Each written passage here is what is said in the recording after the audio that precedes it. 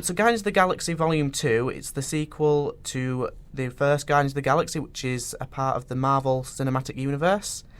I'm a huge fan of the Marvel films, and I read the comics, and I'm a huge fan. And Guardians of the Galaxy, the first one, definitely surprised me when it first came out. The new one, I think, it's definitely a really good film, to say the least. It's funny. It has a lot of the charm that the original had, and it is very emotional at times. I've got to say it is emotional.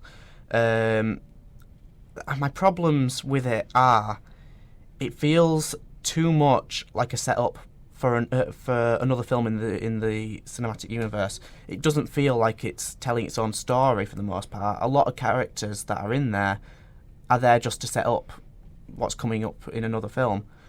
And I think that was a bit problematic because it meant that everything kind of felt dropped or forced, and you'd think, what's going on here, and then nothing actually came of it, and it wasted a bit of time. It felt a bit more like a filler. I mean, the storyline between Star-Lord and his dad, Star-Lord played by Chris Pratt and his dad played by Kurt Russell, that was a really good storyline, and I liked what they did there. And I think that was utilised really well. But what the film did best, I would say, is that it used supporting characters, Nebula, played by Karen Gillan, and Yondu, played by Michael Rooker. Characters that in the first one were there, but they weren't a big part of the story. They were there just to kind of add levels to the other characters. And Volume 2, what it does really well is utilises these characters and gives them more, it fleshes them out more and gives them more of a dynamic and a story, and you find out a lot more about like Nebula and her relationship with Gamora, played by Zoe Saldana. And I think that was something that I think it really nailed the emotional core of the film. But then characters like Elizabeth Debicki's character is kind of, they got Elizabeth Debicki plays a villain in the film, a priestess, and for a really good actress, I've seen her in quite a few things, Night Manager, Great Gatsby, things like that. She's a really good actress, and I think one of the big things was she was set up to be quite a big part of the film, and it really underused her. She's not in the film much at all, definitely not enough to be promoted like as a main character. And yet again, it goes back to my whole point of it's just more set up than anything else.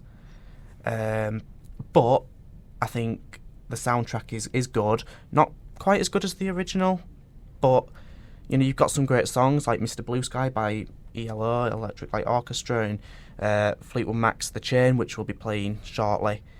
And some other good songs, Brandy by Looking Glass, but I'd say it's almost as good as the original film, but I'd say for me personally it just falls short. Well, sequels are hard to make. Yeah. To make it as good as the original would be a massive taking on Marvel. Well, yeah, and I'd say it's definitely better than some of the Marvel sequels they've done, but still not quite as good as the original. I loved the first one. Absolutely. The first one was brilliant. It was absolutely brilliant. And Baby Groot was absolutely well used in the film, so that's a plus. Right, so let's move on to Logan. Yay. So I'll let you start off on this one. I watched it about a week ago now, and I absolutely loved the film. It's by far the best film with Wolverine character in it, and Hugh Jackman is just absolutely outstanding in that film. Like, people criticise him for playing Logan as Wolverine because it's not like an action role. He just kind of runs around and kill people. But in this film, he acts. It's an emotional film to watch. I mean, I got emotional. I'll admit that.